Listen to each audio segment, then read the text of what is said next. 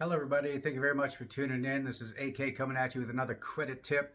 This is going to be a little bit of a series. I'm going to elaborate on different aspects of this message today, but we're going to start with the importance of having a credit card to credit. Okay, so just basically, let's just talk about the couple major types of accounts that we're scored on.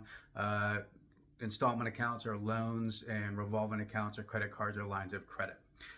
So if revolving accounts or credit cards or lines of credit, it doesn't matter if it's a platinum card, a black card, a major credit card, a tire store card, a TJ Maxx credit card, a secured credit card. They're all revolving accounts. They all are essentially the same weight to our credit score.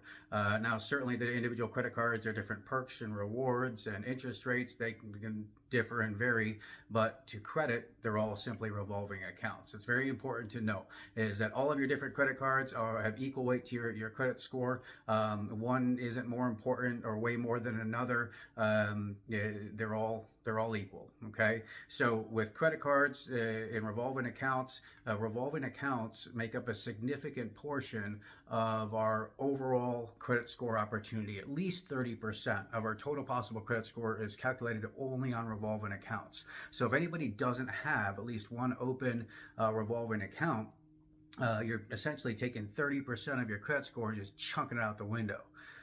This is a question that I offer, realtors all the time.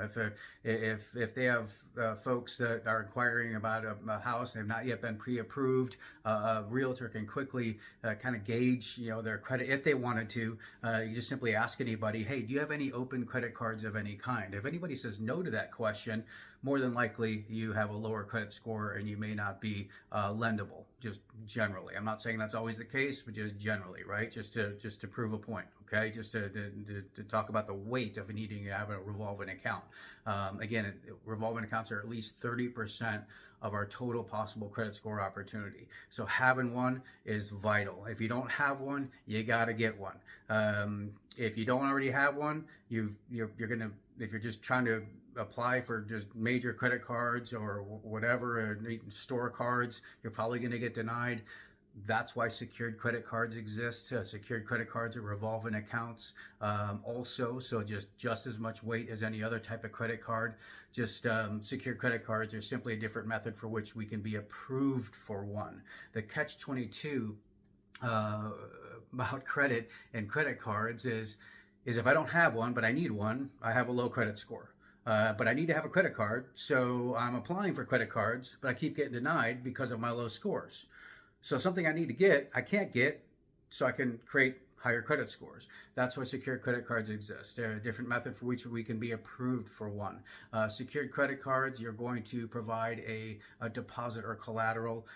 Usually $200 to $300 is a typical minimum collateral deposit, $200 to $300, and that's essentially investing in yourself to plant the seed of credit and grow some good credit. Is getting a secured credit card. You know that you need to get a credit card reporting in your credit report to even have a high credit score, to generate scores, to build your credit. Get you a secured credit card. Always keep balances low on credit cards. We'll talk more about this in another segment. But keep your balances low, make your payments on time. It may be 3 to 6 months to generate credit scores. After with that new secured credit card, you basically need to prove that you can make payments on time with new accounts, any new account, before it actually contributes to our higher credit score. If you have no credit, that's going to be 6 months. If you have account history already on your credit report, and maybe less time, maybe 3, 4, 5, 6 months to generate credit scores. But essentially, with any new account that is reported in your credit report, you need to prove that you can make a few payments, several payments on time before it actually contributes to your overall higher credit score. So that's what you can expect and look out for. You can also, a shortcut if you're in a hurry, which many people are in a hurry. If anybody's trying to improve their credit, they're usually in a hurry. You can be added as an authorized user to somebody else's credit card in good standing. There's going to be another segment on this to follow. That's a full segment. It can be anybody, usually family members because of trust issues, or a significant other, or spouse, or good friend. If you have somebody who's willing to add you as an authorized user to their existing credit card in good standing, the older the better. Low balance versus limit, no late payments. That may help in elevating your credit scores, or generating credit scores more quickly. I'll talk about that in another segment. I'm going to close with this.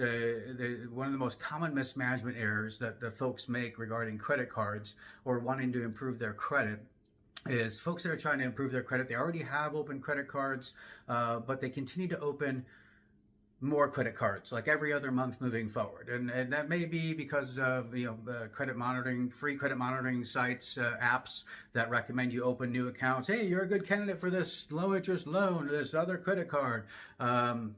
As another segment, but that's why those apps are free, is because those creditors pay them to recommend that you open up new accounts. Doesn't mean that you should, doesn't mean that it's good for your credit, but that's why it's happening, right? So that's probably the reason why folks continuously open credit cards every other month, trying to continue to improve their credit. That's actually bad. You're taking 5 steps back every time that you do that. If you already have credit cards, you just want to hunker down, reduce the balances of those credit cards, make sure your payments are on time, and just continue to build that positive credit history moving forward.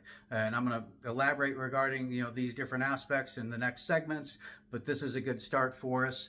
If you like it, share it. Please spread the good word. Look forward to the next one. Talk to you soon.